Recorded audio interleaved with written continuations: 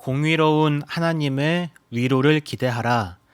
공의로운 하나님의 위로를 기대하라 라는 말씀으로 이사야서 40장 1절부터 11절까지 말씀을 함께 나누겠습니다. 매일 성경의 본문을 따라 어제까지 야고보서 말씀을 다 읽고 이제 오늘부터는 이사야서 40장부터 66장까지 말씀을 묵상하겠습니다. 이사야서에서 가장 중요한 주제들 중 하나가 하나님의 공의입니다. 표준 국어 대사전에서는 공의를 다음과 같이 정의합니다.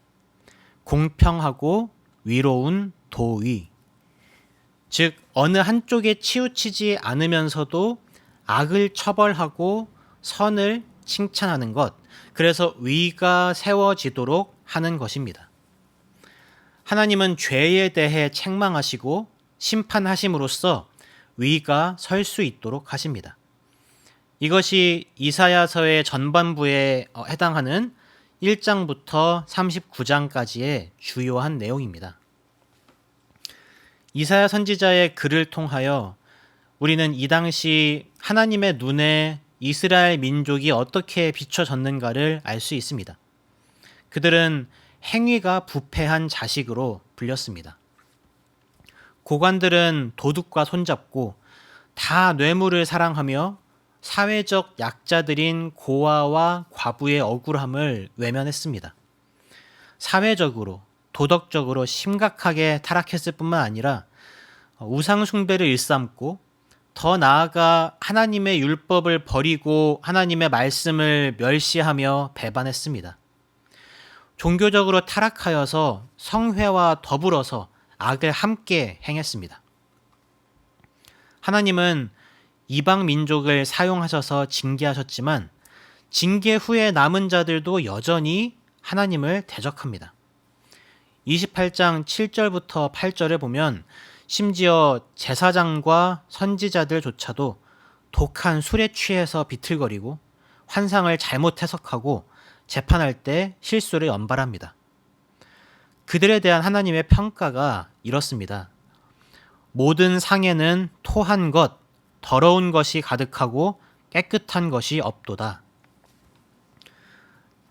사실상 남유다의 모든 사람이 하나님을 배반했습니다.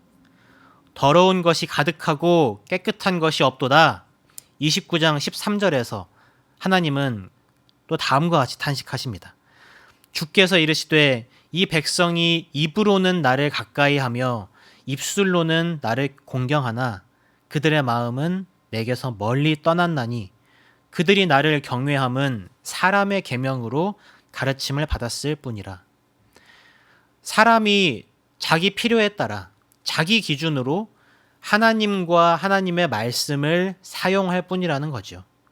경외하는 것처럼 보이는데 그것이 다 가짜이고 결국 자기 욕심 채우기 위해 하나님을 이용하는 것밖에 안 된다는 겁니다. 공의를 이루시기 위해서 하나님은 악에 대해 처벌하셔야만 했습니다. 백성들이 범죄한 내용들은 이사야서 전체에 걸쳐서 상세하게 열거됩니다. 그리고 하나님의 심판과 저주의 말씀이 선포됩니다. 하나님은 이 선포자의 역할을 이사야에게 맡기십니다. 6장에서 이사야가 소명을 받는 장면이 나오는데 여기에 이사야서 전체의 예언이 요약된다고 할 수 있을 것 같습니다. 이사야가 받은 사명은 조국의 멸망을 외치는 것이었습니다. 하나님의 심판과 저주를 선포하는 것이었습니다. 그러나 6장 10절에 여호와께서 백성의 마음을 둔하게 하며 귀가 막히고 눈이 감기게 하실 것입니다. 백성들은 이사야가 선포하는 심판 예언을 듣지 않을 것입니다. 6장 11절에서 이사야가 답답한 마음에 어느 때까지니까? 라고 질문합니다. 그러자 하나님은 성읍들은 황폐하여 주민이 없으며 가옥들에는 사람이 없고 토지는 황폐하게 되며 여호와께서 사람들을 멀리 옮기셔서 이 땅 가운데에 황폐한 곳이 많을 때까지 라고 답하십니다. 이방 나라의 침공과 폐허가 된 유다 땅, 그리고 포로로 끌려가게 될 것을 예언하십니다. 더 나아가 10분의 1이 아직 남아있을지라도 이것도 황폐하게 되어서 마치 나무가 완전히 배임을 당하는 것과 같이 하겠다고 하십니다. 하나님은 심판과 저주가 반드시 철저하게 이루어질 것을 선언하십니다. 오늘 본문인 40장은 하나님의 이 예언이 성취되어서 유다 백성들이 이제 포로 생활을 하고 있을 때를 배경으로 합니다. 조금 더 구체적으로는 바로 앞에 장 39장 6절에서 이사야가 히스기야 왕에게 전한 하나님의 말씀이 성취된 것입니다.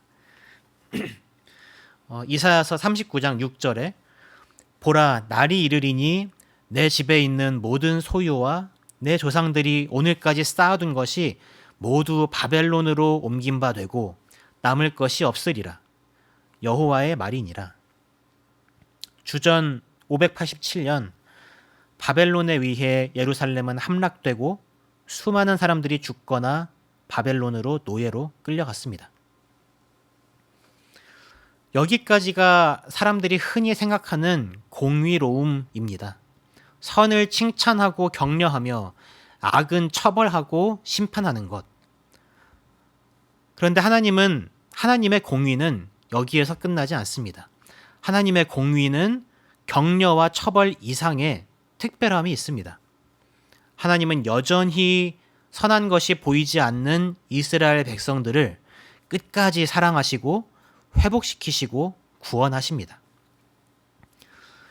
6장 13절에서 철저하게 무너질 유다를 예언하신 후에 그러나 밤나무와 상수리나무가 배임을 당하여도 그 그루터기는 남아있는 것 같이 거룩한 씨가 이 땅의 그루터기니라 라고 말씀하십니다. 거룩한 씨가 남게 되고 회복의 역사가 남아있음을 예고하십니다. 이 회복에 대한 약속이 바로 오늘 본문 말씀입니다. 40장 1절과 2절을 보시면요. 너희의 하나님이 이르시되 너희는 위로하라. 내 백성을 위로하라. 너희는 예루살렘의 마음에 닿도록 말하며 그것에게 외치라. 그 노역의 때가 끝났고 그 죄악이 사함을 받았느니라. 그의 모든 죄로 말미암아 여호와의 손에서 벌을 배나 받았느니라 할지니라 하시니라. 하나님은 몇 사람의 거룩한 자들에게 하나님의 위로를 전파하라고 하십니다. 바벨론에 끌려와서 고된 노역을 오랜 시간 동안 한 유다 포로들에게 이제 그 노역의 때가 끝났다라고 말씀하십니다. 그의 모든 죄로 말미암아 여호와의 손에서 벌을 배나 받았다고 하십니다. 이 배나 받았다라는 말의 정확한 뜻은 분명하진 않지만 전하고자 하시는 의미는 알 수 있습니다. 이제 그만하면 됐다라는 겁니다. 내 백성, 하나님 자신의 백성이라고 또 칭하십니다. 이제 하나님과의 파괴되었던 관계가 회복될 것을 약속하십니다. 이 회복의 메시지는 포로들에게만 선포되지 않습니다. 9절부터 11절에 시온으로, 예루살렘으로, 유다의 성읍들로 다니면서 아름다운 소식, 회복의 메시지를 전하라고 하십니다. 9절에서 너희 하나님을 보라 라고 하십니다. 1절에서는 하나님의 입장에서 유다 백성들을 부르시고 9절에서는 이제 유다 백성들도 하나님을 그들의 하나님으로 고백하라고 하십니다. 하나님이 기꺼이 그들의 하나님으로 불리기를 원하십니다. 죄로 인하여 끊어졌던 관계가 온전히 회복되기를 바라시는 겁니다. 비록 예루살렘은 폐허로 남겨진 절망적인 상황이지만 두려워하지 말라고 하십니다. 10절에 주 여호와께서 장차 강한 자로 임하실 것이고 친히 그의 팔로 다스리실 것이라고 말씀하십니다. 그는 패망한 유다의 목자가 되셔서 그의 양떼를 먹이실 것이고 어린 양은 팔로 모아 품에 안으시고 젖먹이는 암컷들을 온순히 인도하실 것입니다. 하나님은 그의 자녀들을 다시 약속의 땅으로 모으시고 친히 돌보실 것입니다.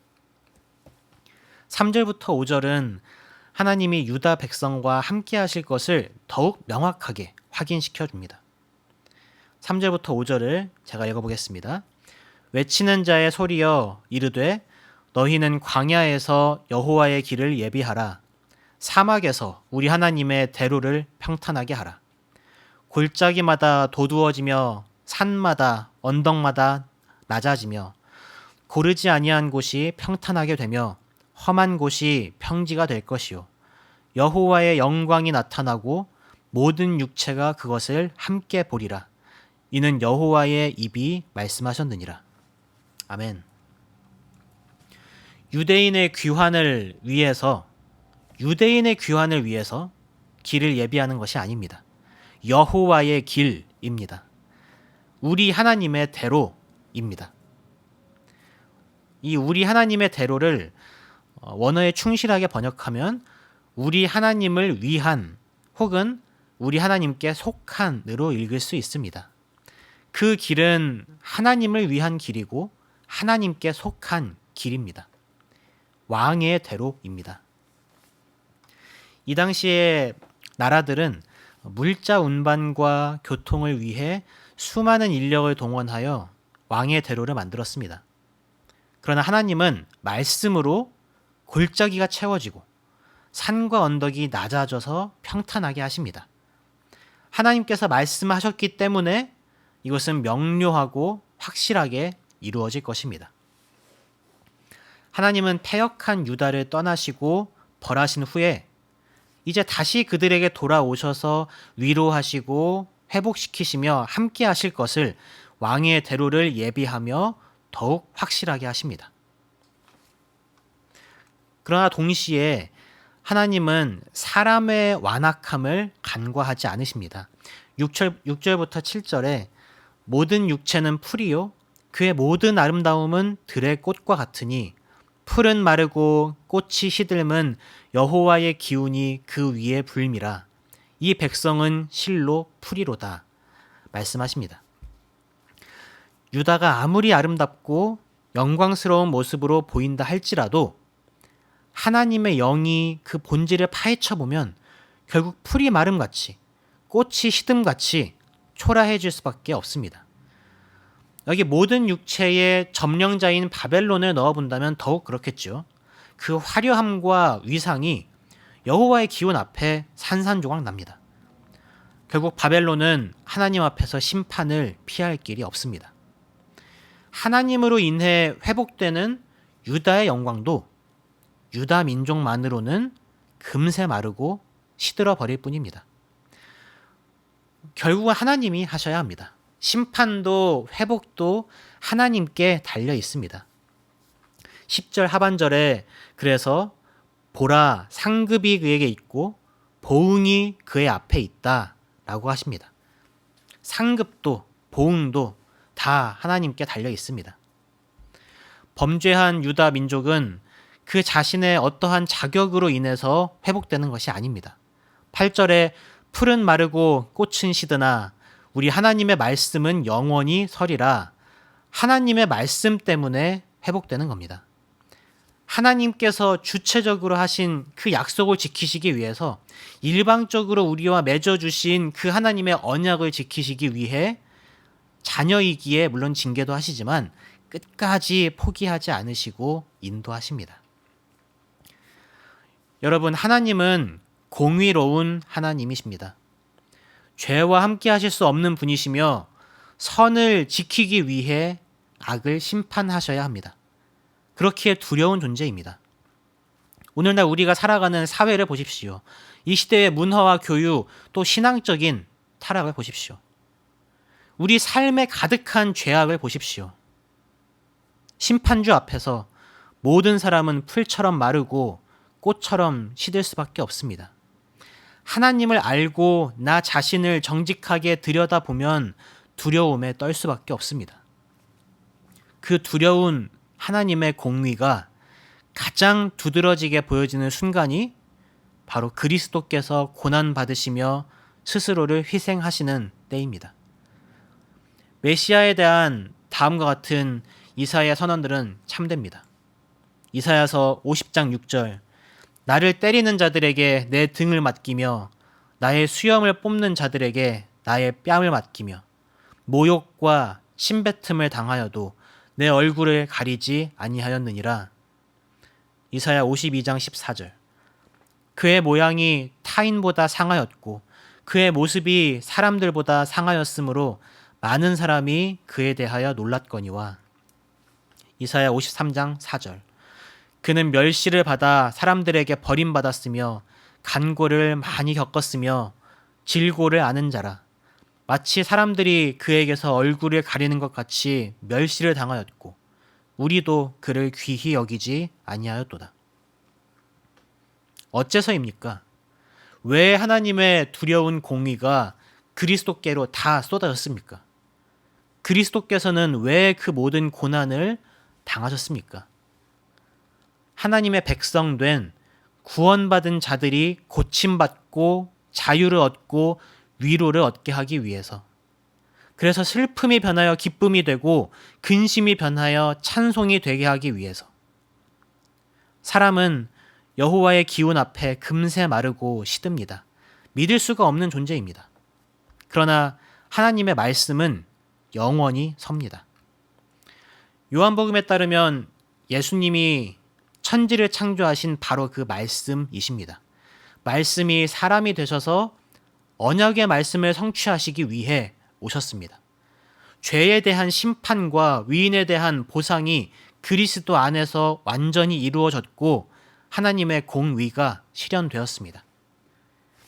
오늘 하루 살아가며 이 하나님을 묵상하시기 바랍니다.